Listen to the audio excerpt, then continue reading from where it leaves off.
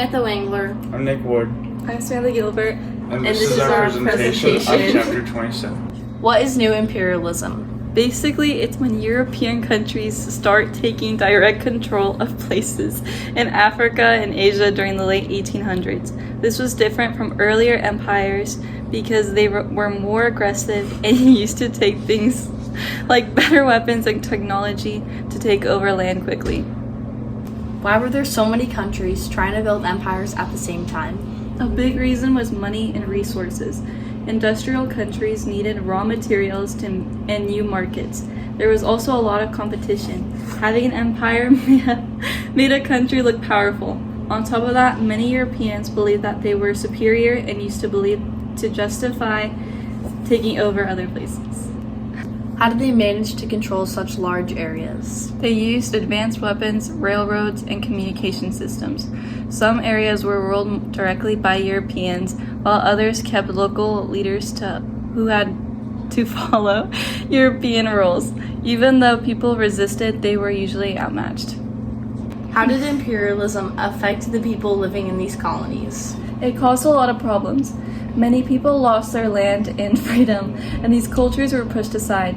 Even though things like roads and schools were built, they mostly helped imperial countries, not the locals.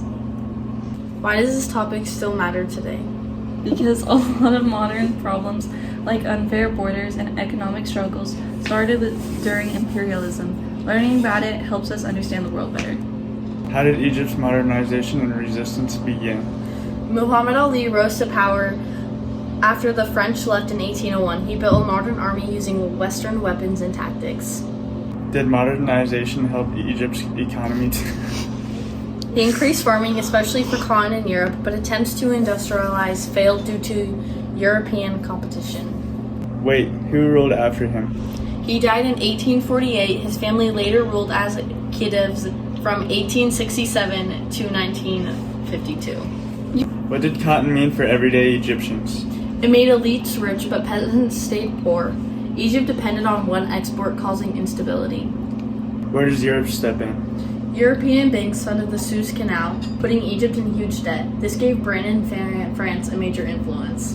What's the revolt we hear about in 1882? Officer Arabi led a nationalistic uprising. Britain crushed it and then controlled Egypt through rulers. Was resistance over after that? No, movements continued, including the Mohammadist revolt in Sudan against Egyptian and British control. How did the Qing dynasty begin? The Qing dynasty began in the mid-1600s when the Manchus took advantage of the weakening Ming dynasty.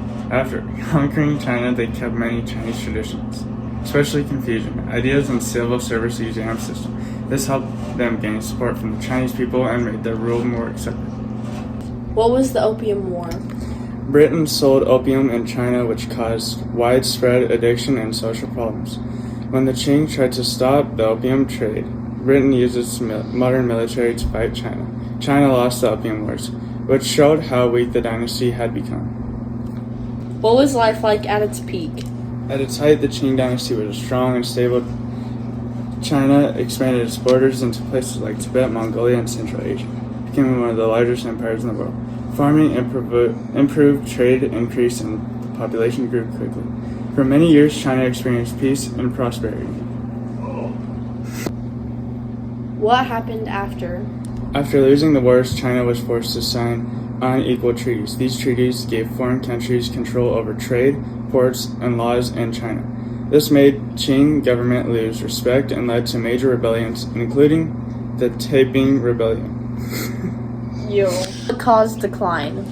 The Qing government limited contact with foreign countries and relied on traditional ways of doing things. As European nations industrialized, China fell behind. Corruption in the government increased, land became scarce because of population growth, and the dynasty struggled to manage these problems. Did they try to reform? Yes, the Qing attempted reforms like the self-strengthening movement to modernize the military and industry. However, these reforms were limited and faced resistance, so they were not strong enough to save the dynasty. How did it end? In 1911, a revolution overthrew the Qing dynasty, ending over 2,000 years of imperial rule in China. The fall of the Qing marked China's transition from a traditional empire to a modern nation. Chapter 27 mainly focuses on how the world has become increasingly connected into the modern era. From economic globalization to cultural exchange, this chapter explores how nations and people are linked more closely ever than before. Chapter 27 highlights how globalization has reshaped into the modern world. Nations are now connected through trade, technology, and communication, and other shared challenges. But the chapter also raises an important question: has globalization benefited everyone equally? The chapter explains that many countries became tied to a global economic system.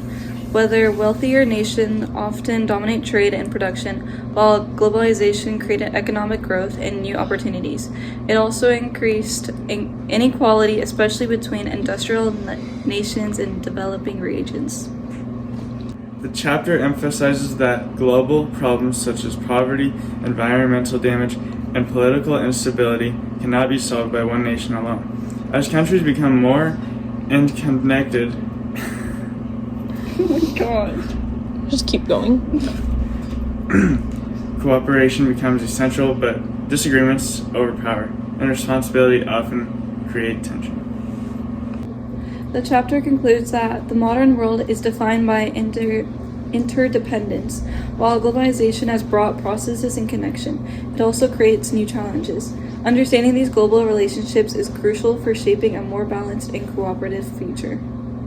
Chapter 27 reminds us that global connections shape nearly every aspect of modern life, and that the choices nations make today will impact the world tomorrow. The key lesson is that modern world is interdependent, and the chapter suggests that cooperation, fairness, and shared responsibility are essential if globalization is to benefit more people. Chapter 27 helps explain why events in one part of the world can affect people everywhere. It shows that understanding global connection is necessary in addressing modern challenges and shaping the future.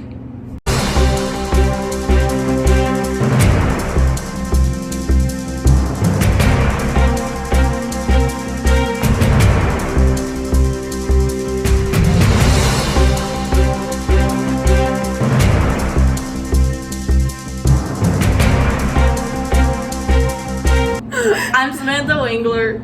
I'm Nick Ward, I'm Samantha Gilbert. and this is our presentation. This is our presentation.